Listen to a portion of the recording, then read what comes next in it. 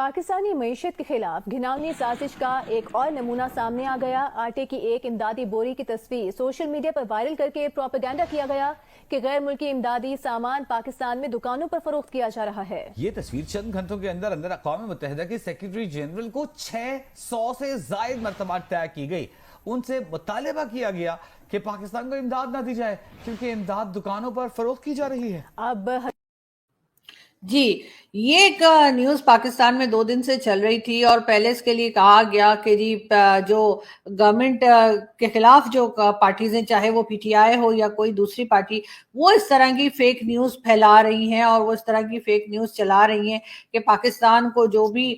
مدد کی ہے کسی کنٹری نے یا چاہے یو ایس ایڈ کی طرف سے اگر آٹا بھیجا گیا ہے یا آٹا دیا جا رہا ہے تو اس کو جو ہے مارکیٹ میں سیل کیا جا رہا ہے۔ گورنمنٹ کی طرف سے صاف انکار کیا گیا، کہا گیا ایسا کچھ نہیں ہے، اور کئی لوگوں نے پکچرز لگائیں کہ سندھ میں اور کراچی میں اور ڈیفرنٹ پلیسز میں کہا کہ جی اس قسم سے جو مدد کے لیے جو سامان آیا تھا وہ بازار میں بک رہا ہے، لیکن کہا گیا کہ نہیں جی یہ پی ٹی آئی نے کیا ہے اور یا پھر کسی اور پارٹی نے کیا ہے۔ اب ہوتے ہوتے ایک بار پھر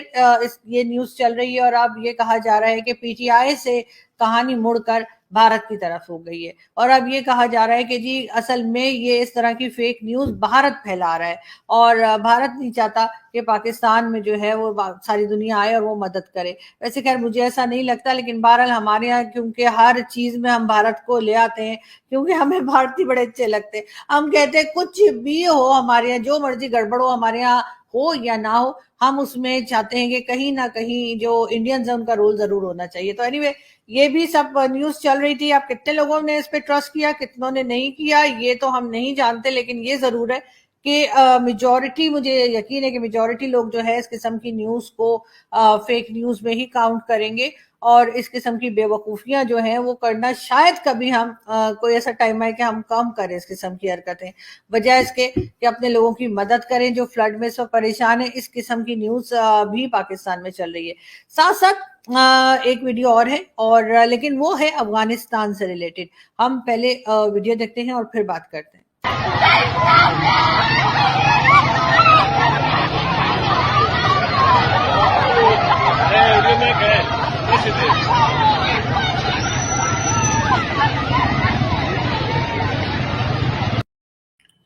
جی، یہ ویڈیو تھی افغانستان کی جہاں پر کہ جو لڑکیاں ہیں اور بچیاں ہیں وہ پروٹیسٹ کر رہی ہیں افغان طالبان کے خلاف، جنہوں نے گرلز ایجوکیشن بند کر دی ہے، سکولز بند کر دیے ہیں۔ اب پوچھنا یہ تھا کہ مبارکباد کس کو دینی ہے، جنرل فیض کو دینی ہے یا پھر کسی اور کو دینی ہے یا پھر باجوہ صاحب کو دینی ہے یا عمران خان صاحب کو دینی ہے، جنہوں نے ہمیشہ سے یہی بات کی کہ یہ بڑے ہی اچھے لوگ ہیں اور جو نئے طالبان آئے ہیں وہ بہت ہی نیک ہیں اور بہت ہی ڈیفرنٹ ہیں، بڑے سویلائزڈ ہیں۔ پوچھنا یہ تھا کہ خان صاحب بتا دیجئے کہ آخر اب مبارکباد کس کو دینی ہے، اس لیے کہ اب ساری دنیا ہی دیکھ رہی ہے کہ کس طرح سے گرلز ایجوکیشن کے اوپر پابندی لگائی جا رہی ہے افغانستان میں، اور اس کے اوپر جو ہے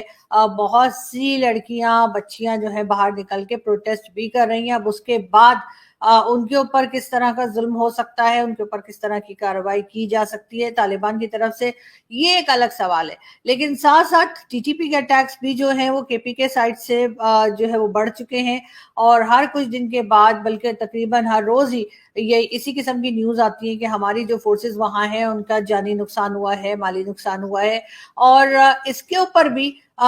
کون ہے ایسا جو یہ مانے کہ جی ان کی غلطی، آخر جنرل فیض کو کیا ضرورت پڑی تھی کہ وہ افغانستان پہنچ جاتے اور جا کے وہ کعوہ شاوہ پی کے جو آئے تھے، اور اس کے بعد یہ رزلٹ جو سامنے ہمیں نظر آ رہا ہے، اور آہستہ آہستہ